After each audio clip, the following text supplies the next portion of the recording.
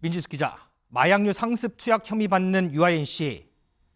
해명보다 무슨 이상한 얘기를 해서 논란이라면서요? 맞습니다. 바로 주사 바늘이 무서워서 프로포폴을 맞았다. 이런 해명을 내놓은 겁니다. 주사 바늘이 무서워서 프로포폴을 맞았다고요? 맞습니다. 바로 평소 앓고 있는 피부과 진료를 위해서 국소 마취를 해야 되는데 평소 주사 공포증, 뾰족한 바늘을 무서워하는 공포증이 있어서 마취를 요청했다. 그래서 마취제인 프로포폴을 자주 맞았다라는 해명입니다. 그런데 의료계에서는 정맥 주사인 프로포폴 주사 바늘이 더 두껍다. 이 같은 해명은 말이 안 된다. 해명이 아니라 궤변이다. 이렇게 반응이 나오고 있습니다. 저희가 피부과 의사 이야기 직접 들어봤는데요. 확인하고 오시죠.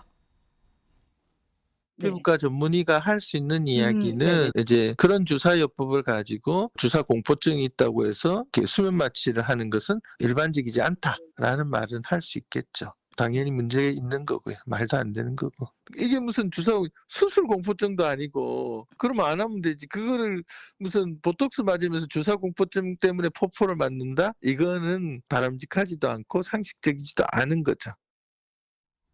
네, 그런데 실제로 피부과 시술보다도 마취 주사 자체가 더 목적인 환자들이 있다라는 설명입니다. 그런 환자들은 보통 이 시술에 대한 문의를 좀 받고 꼭 수면 마취 가능하죠?라고 질문을 던진다는 겁니다. 그래서 수면 마취를 저희 병원에서는 안 합니다라고 답변을 하면 병원을 그대로 옮긴다라고 하는 건데요. 유아인 씨도 이런 환자들의 레퍼토리랑 비슷하다 이런 해석이 나오고 있습니다. 유아인 씨에 이어서요, 또 논란이 되고 있는 한 사람이 있습니다. 바로 최근에요, 음주운전 혐의로 공판을 받은 배우 김세론 씨죠. 어제 그 공판 장면부터 좀 보실까요? 오늘 벌금형 구형받았는데 따로 하실 말씀 없으신가요? 죄송합니다. 피해자들에게 하실 말씀 따로 하실 말씀 없으세요? 잠깐만 주세요. 앞으로 계획 같은 거 어떻게 하실까요?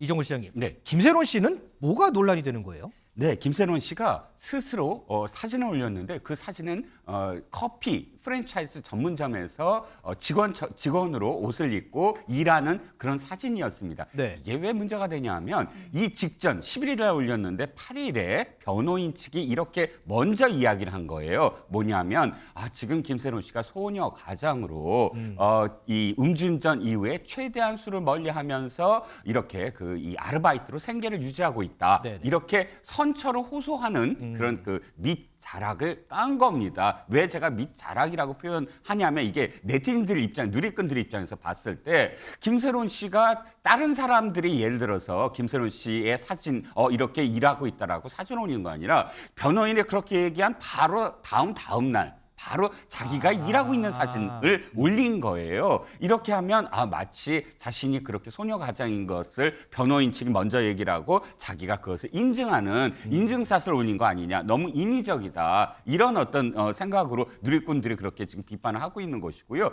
더군다나 해당 업체가 펄쩍 뛰었어요. 우리는 그 김세론 씨가 알바를 맡긴 적도 없고 직원으로 일한 적도 없다. 이렇게 또 해당 업체가 이야기하면서 아니 일한 적도 없으면서 이렇게 해? 하는 더군다나 더 분노의 어떤 글들이 더 많이 지금 달리고 있는 거죠. 장윤주 변호사님, 그러면 업체에서는 이걸 가지고 김세론 씨에게 문제를 삼을 만할 수도 있는 건가요?